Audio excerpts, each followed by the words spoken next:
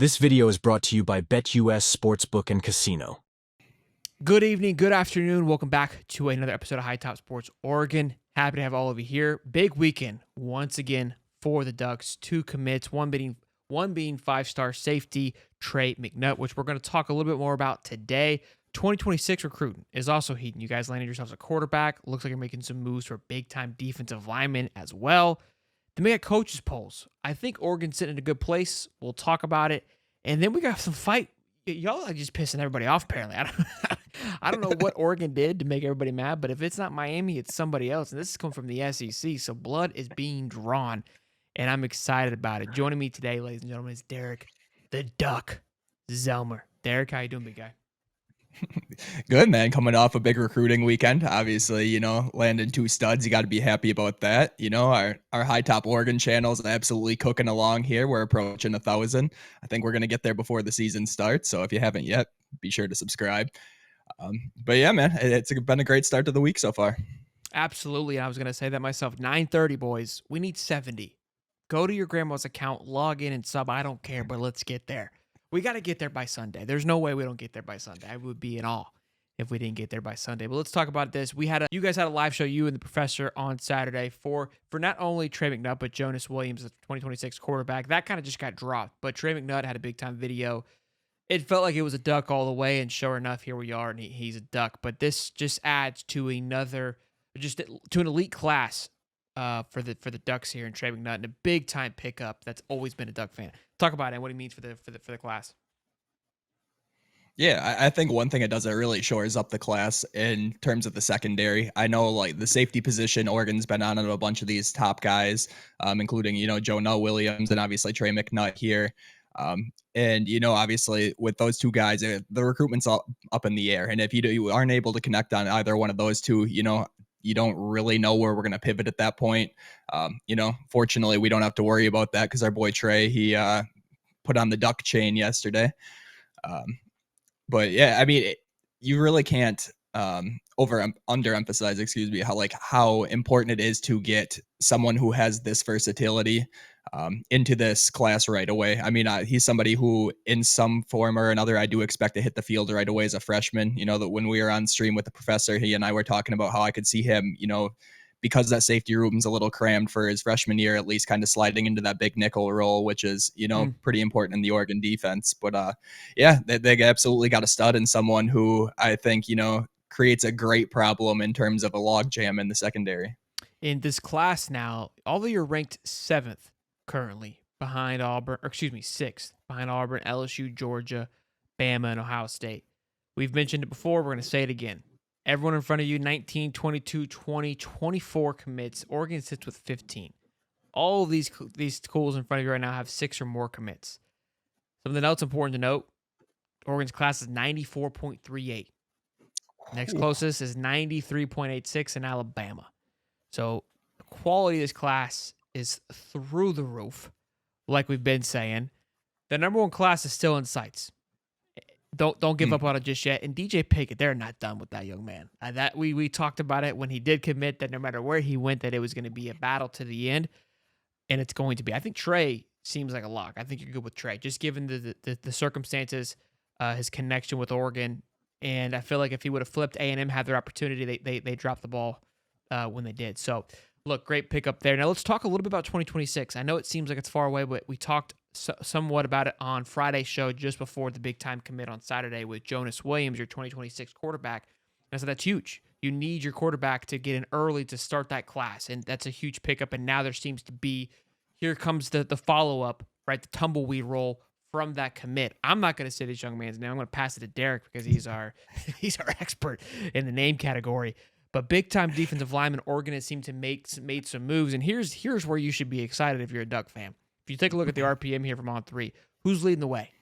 USC. If there's anything that we can agree on when it comes to USC is they don't play defense, and nor do they recruit for defense.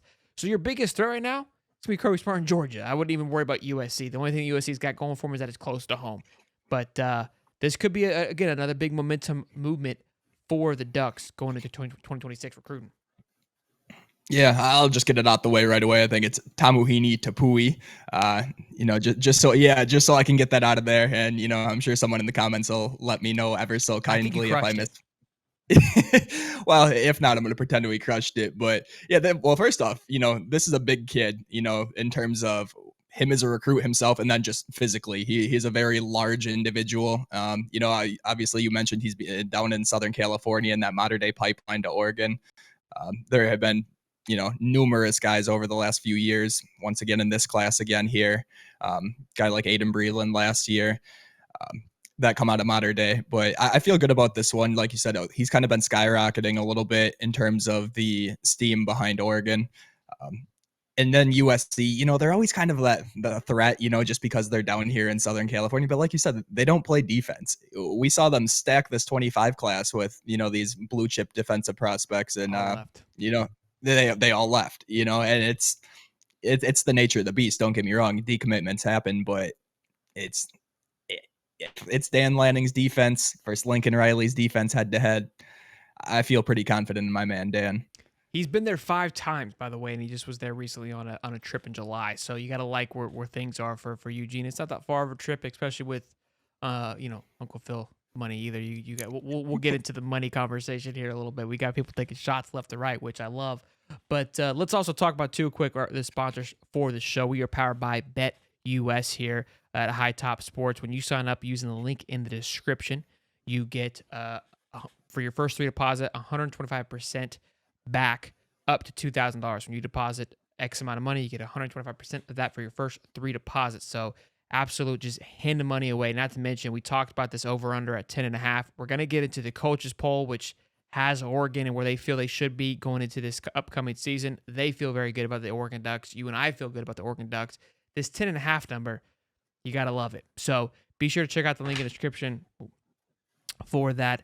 And again, we are powered by BetUS. But let's take a look at our coaches poll here. Look, first, glimpse at it. Could you argue for Oregon to be over Ohio State? Yes. In Ohio State, they've got so much hype behind them, as they usually do, and as they should. They've recruited very well over the last couple of years. That plays a huge factor, and have made some moves in the transfer portal. I think that was the biggest thing, as did Oregon. But I think a lot of it goes to the class, a couple classes leading up to this, on top of the big names that they were able to pick up, a few of those guys being from Alabama. Both get new quarterbacks. You can't even, I would argue, like, whoa, the quarterback stability. Both got new ones in Oregon and Ohio State. So, look, I mean, we're pulling hairs here, right? If we really think about it, 2 and 3. As a Duck, for me personally, if I'm a Duck, I love this place. I love being overlooked. Florida's not on here. I know you're gonna laugh. I love that shit. That nothing fires me up more, because after 25, it's 0, right? Like nothing else exists. It's not 41.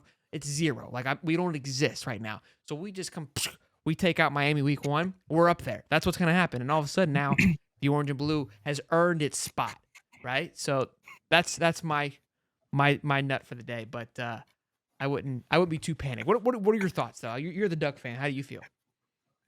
Yeah, I don't. To be real honest with you, I kind of have mixed emotions about sitting at 3. I would be comfortable if I saw Oregon at 5.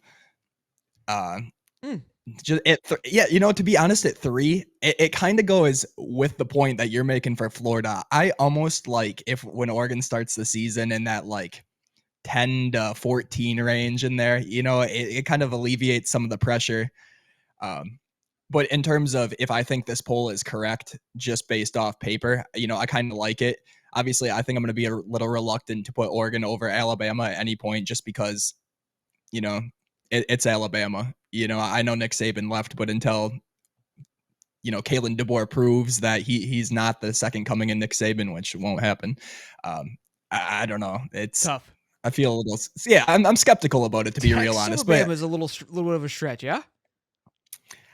I don't know, man. Texas has got a lot of that hype too behind. I feel like Texas has fewer question marks than Alabama right now, and that might be maybe what gives them that little bit of like marginal edge.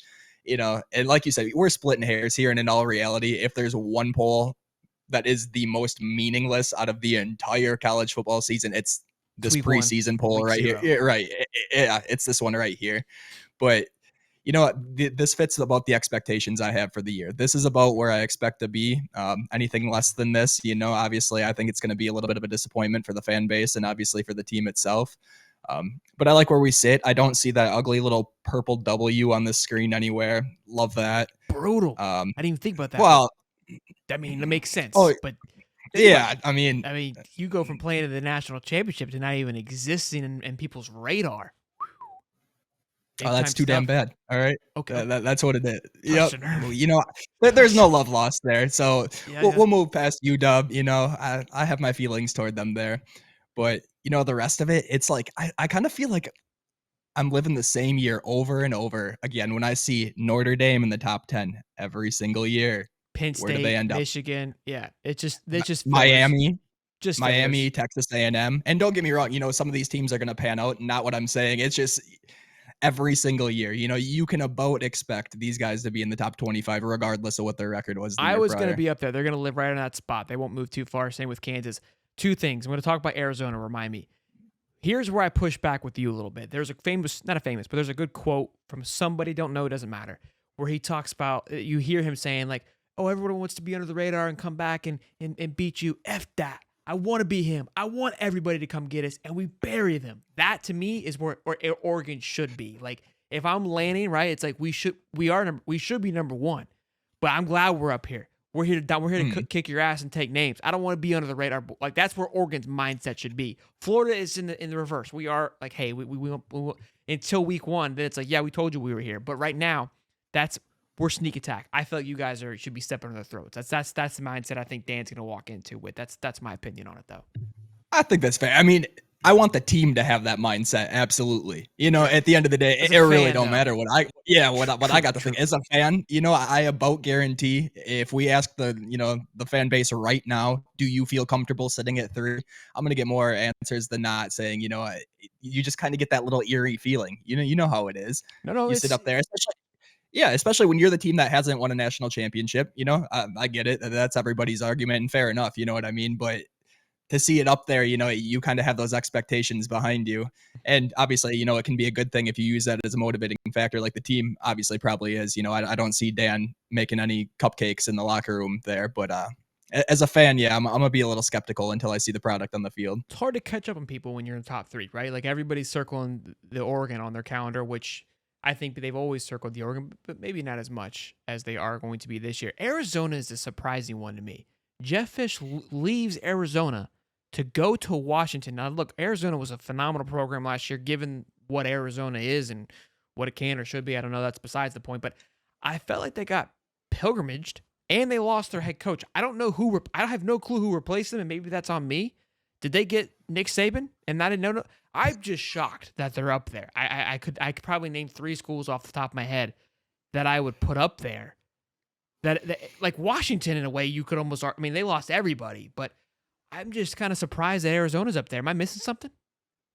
I think there are 2 individuals on that roster who really propel Arizona to the top, and it arguably, the other way. I mean, Noah Fafita comes back. He was a sensation last year. And then, Tate McMillan, that dude, he's an absolute, he's going to be a first round receiver. He decided to stay. So I forgot those 2 decided to come back. So everyone's high on that. Who's the coach? To be real honest, I don't know. Nobody knows. My point. Okay. Yeah. So I think I still stand by what I said, even though you've got those 2 guys, and maybe their schedule alludes to them being, having a little bit, I don't know. Look, we're splitting hairs. It doesn't mean anything, but this is what we do. We argue about this stuff. Let's get into the juice. We've got some tea on the channel, finally. I can't believe it. This is wild to me. I feel like Oregon, I don't know. Maybe I don't have any beef with you guys. I feel like Oregon kind of, you'll just do your own thing. You just drop 16, unis a year and you go out there and play football. I've never had any issues with Oregon. I cheered for Oregon when you went against FSU. So that's where I stand with these things. Although we know of, I can't even mention what you like, the fact that you know what I'm talking. I'm not even gonna say it. I'm not gonna bury the duck on live television here, but I just thought of that. There's some interesting conflict there. Tennessee Reporter says Oregon's strategy is just go buy us a class. Dan Lanning proving otherwise. So Oregon wrote against the initial article. Is that what Correct. I'm reading here? Yes. So Yeah. Tennessee, So a Tennessee reporter, beat writer from the yes. clouds. Did you guys take a recruit from there or something? Like, where is this coming from? No, and if you think of, you know where I really think this came from is Desan Brame decommitting Okay. from Oregon and committing to Tennessee. So I mean, directly in here, I mean, we'll get into it a little bit, but directly in here when he talks about, Oregon's learning the hard way because they lost, two decommits in the last couple weeks here. That NIL only isn't like a way to recruit. And obviously he went to Tennessee, and you know how it is. I mean, when your program gets a guy, it's because of the money. You know what I'm saying? When he came here, it was because of the money. Now he went to Tennessee, and it's because of the relationships, and he loves the coach and buys into the message. You know how it goes. Um, but I think that's exactly where this one kind of stems from. But yeah, some of my favorite quotes here is Oregon thinks that we'll just go buy a class. I love that one personally because I mean, if that were the case, I would really expect Phil Knight to just take all of Nike's profits, go take 1 through 25 of the best recruits in the nation, and hopefully go win a national championship with it.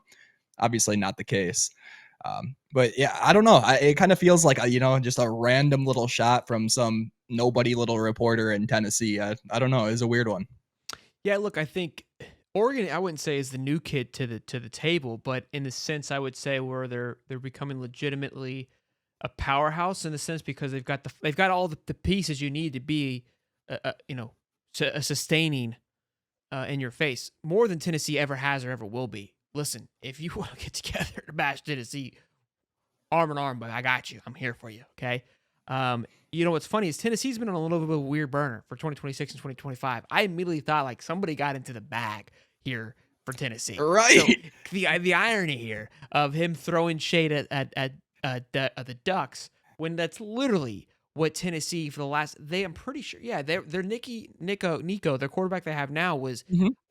When the NIL first kind of made its wave, he was the headlining quarterback because he was a $3 million quarterback. They started the shit. They also were a top 5 NIL program when the thing first rolled out. These guys have been dialed into. Look, this isn't me talking shit. That's giving credit where credit is due. They're playing by the rules legitimately and doing a good job. So don't get pissed about it when somebody else beats you about it. I think that's them thinking they're big bro, trying to take a shot at what they think is a little bro. But it's like Tennessee, you're like third tier in the SEC. And I know they're going to get fired. They watch this, fired up that Florida fan saying that. What is it? You guys won 4 in the last 40 years? Blow me. Okay? You see, and I'm with it, and I'm a big proponent of it's kind of crazy to me. A lot of these fan bases that seem to be the loudest and have the most hate for Oregon are like the Nebraskas, the Tennessees, the Miami is a wonderful example. Well, A lot of these Miami makes sense. Yeah, but history they there. all kind of fit this little criteria, and it's like it's these programs that are just holding on for dear life to this blue blood status, and they feel the pressure of the new kid on the block coming in. And that's not me coming in here saying we're a blue blood. We're the new blood, if anything else. I completely understand. Yeah, you're not going to hear me argue against it. But what I am saying is, now they're a little bit threatened. There's the new kid in school, so now they got to try to bully him a little bit, and it ain't The gonna old work, guys man. hate the new young kid, fancy, looking good, clean cut. Like, who is this guy? Oh yeah, all who these thinks he's jerseys. him? Yeah, It happens. It happens. It's part of it. You guys are bringing the new flavor, the swag. The old guys don't like it, and I think you nailed it on the head. The old blue bloods. Well, I mean, I would say Nebraska and Miami. Tennessee is like a. wow, yeah, they're Like a mixed blood. You know what I mean? They're like well, they think cousin they blood are. kinda If stuff. you ask their fans, they'll tell you they're A tier, baby. They're right up there with the Bamas and the historic USCs of the world. No, yeah, not quite, not quite. I can attest to that. I love it. Tennessee, look, I can't even say they had our number when they're over here trying to thrash us. Somebody, a Tennessee fan, came at me because I said something, and he goes, "Oh, I posted Graham Mertz through a 75-yard pass." And it was. And he said 30-35 question mark. And I posted the score of us beating them last year. I go, no, we beat you guys 29-16. Obviously he was implying something different, but I took it elsewhere. And he goes, how was your losing season? How about only winning 5 games last year? I go, one of them being you. What are we doing? What are we doing here? Honestly, like one of my favorite things is like, I've been on a little burner on the Twitter account recently, but I was getting into it with a Minnesota fan here. Yeah, right. I got to make my presence known in the Big Ten. Let them know who we are. But I was getting into it with a Minnesota fan, and they're like, "Oh, we're the historic program. We got all these natties." Da da da da da. And I was like, "No, imagine winning all these national championships, being this big historic program, and being 8 tiers worse than a team with no national championships right now." And it's so weird because then it's like they got nothing. That they're still living in World War II, and dreaming of the Minnesota days has when they're national playing. championships But they do. They have multiple. They went on a hot little run. in the I think it was 20s. like the 30s. Okay, I was 30s. close. I was close. You see what I'm saying? They're living in World War II. What are we Yeah, doing? man. It's Oh what my are we doing? goodness. Yeah, I mean, I don't know. So if I pull some of my heritage made back in the day, man, I got some string of wins that I can hang on to. Hey, well, it wasn't my day, but back in my grandpa's day. Well, his grandpa. Well, actually, well, somebody saw it, and I'm like, somebody was how good. much? Yeah, how much success have you ever seen? And all of a sudden, it's like I get no replies then, and it's just done there. So I don't know. They don't want to be friends with the new kid on the block, I guess. We're a prime example of that. We here at High Top, we deal with it constantly. They don't like the new kid on the block coming in and pushing them around. I get it. It is what it is. We're just here to love you and have some fun. You don't like what we're doing, I don't know what to tell you. But I do know what to tell you, though. Smash the like button. Hope you guys enjoyed today's show. It's an absolute banger. Stay tuned. Who knows when Laney's going to drop another one here. We are just days away, boys and girls, from this season heating up, and that means we need to get to 1,000 subs. So smash the like button, subscribe, leave us a comment down in the comment section how you're feeling on one of these topics, your thoughts, opinions. I'm Sheldon. That's Derek the Duck. We'll see you boys in the next one. Peace and love, baby. This video is brought to you by BetUS Sportsbook and Casino.